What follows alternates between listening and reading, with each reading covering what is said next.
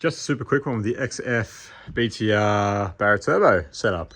Everything's running and it's all happy, but we don't have reverse lights, so I'm installing those, so using the original wiring and loom today to sort that out.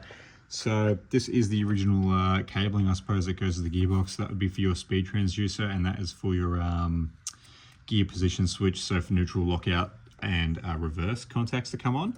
So all you can do to test it, so I've identified that this one is the supply. So if you put 12 volt on this one using a jumper from the battery, 12 volt on this side of the pin, so looking at it like that, it's that one. That then pulls the contact in the engine, in the passenger compartment to turn on the rear lights. So all you simply need to do is basically plug in your loom. So there's a plug, ignoring the rusts, there's a plug just there. It's an 8-pin plug. So drop that one down next to your new BTR gearbox, and you've got to pick up the same reverse contacts on the BTR gearbox, and you've got to ensure the BTR gearbox is getting 12 volt supply as well. To you meant to have 12 volts on the common, obviously, so then you can switch between for your reverse lights to come on. So we'll demonstrate that now. Alrighty, so after identifying which is the outgoing core of the position switch for the reverse lamps to come on, it's the red and black core. It's like that on almost every Ford. It's red and black in the XF's loom, and it's red and black in the B series loom.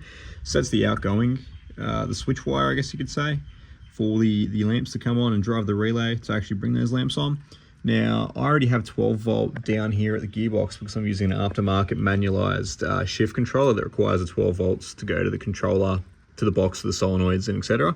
So what I've done is I've brought that 12 volts back down to also this plug, and that is going to the white and red core.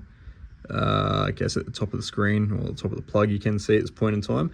So what happens is when you're in the reverse position, 12 volts is always at that common. And when you do go to reverse, it then switches inside of that, putting the 12 volts onto your red and black core, which is now wired up to the XF's dash loom. And that will bring on the original relay to control the original lamps. And it's also fused with a 10 amp fuse under the dash. And we'll just have a look at how that looks right now. So basically on reds at the moment, ignoring all that mess. So we're in the neutral position at the moment. And you can, there's no lamps on at this point in time. And moving the gear, shift it up to the reverse position now. And we have a singular light on because that one's blown. But so that then proves it. So that's how that works.